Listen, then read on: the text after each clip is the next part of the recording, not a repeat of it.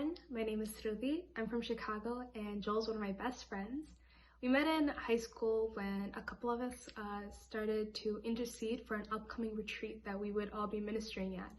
So we would join these nightly Google Hangout calls and we would intercede for the youth that were coming to this retreat. We would pray that they would have a true encounter with Christ and that the youth of this nation would have a true thirst to get to know Jesus. And that became the foundation of my friendship with Joel. We had this shared desire to know Jesus, to love Jesus, to live for him, and to bring as many souls as we could to Jesus. And so as these intercession calls went on, we grew not only in a spirit of prayer, but also a spirit of unity. We got to know one another. We realized that we were very similar to each other. We drove the same car and we wanted to major in the same thing in college. We loved to eat and take naps, but above all these similarities, we were very good spiritual friends for one another. We prayed and fasted for each other's intentions, and we were a place of comfort for each other in times of spiritual dryness. In 2017, I had decided that as I started my first year of college, that I wanted to take a break from the ministry. I wanted to focus more on my relationship with God. And so at this time, I also distanced myself from my spiritual friends. I didn't know what they would think of me.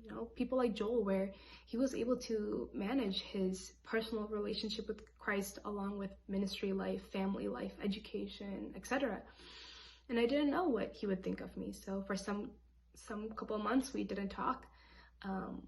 After a couple of months, lo and behold, he reaches out to me and, we talked and it was like nothing had changed. We picked up right where we left off. And so I was reflecting on this recently and I was like, Jesus, why was it so easy for me and Joel to, talk and just be friends again? What made it so easy? And Jesus brings a special verse into my heart, which is Ecclesiastes 4:12. Threefold cord cannot be broken easily. And what does this mean? My friendship with Joel, it was not just about like me and him. Our friendship was centered and strengthened by a third person, which was Christ.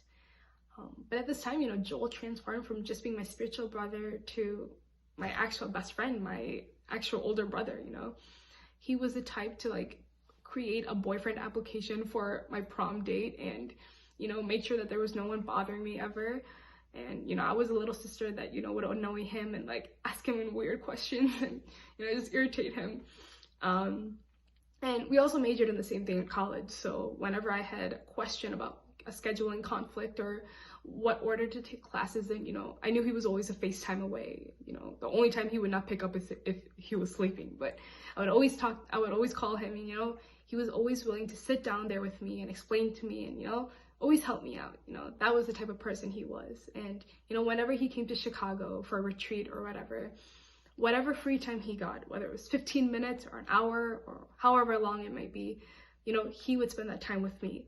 And that was how it was in Houston. Whenever I got that free time, it was reserved for Joel, and he was also a really weird gift giver. He would always find the weirdest gifts to give me. One year he got me a pair of shoes that looked like a pair of fish.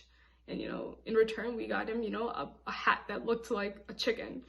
He was always a strange one, but he never failed to put a smile on all of our faces, and, we had a lot of plans for the future. He would always say, I would be one of the groomsmen at his wedding, and I would say he would be a bridesmaid at mine. But, unfortunately, that was not the plan. That's not what God had intended. But, more than sadness right now, I feel a sense of pride that, God chose my best friend to touch the hearts of so many people. When I would talk to him on a daily basis, I was inspired by how devoted he was to Christ, how he truly was God's chosen one.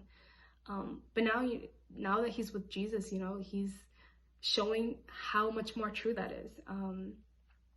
And so what I have to say is, to the people that have been touched by Joel, to be like him, to live like him, to live like a saint, you don't have to travel to the ends of the world. You start from home and, you be a good friend. You act as Christ would to his friends. Wherever we were, Joel was a reflection of Christ. Whether we were sharing a chaya or, we were just having a serious conversation, he was a true embodiment of Christ. And that is what we're all called to do. We're all called to be saints, and a way to achieve that is to be true reflections of Christ. And so that I pray that all of you that have been touched by Joel continue to have the zeal to be a saint, to live for Christ, for that zeal to continue to burn in your hearts. May Jesus Christ be praised now and forever.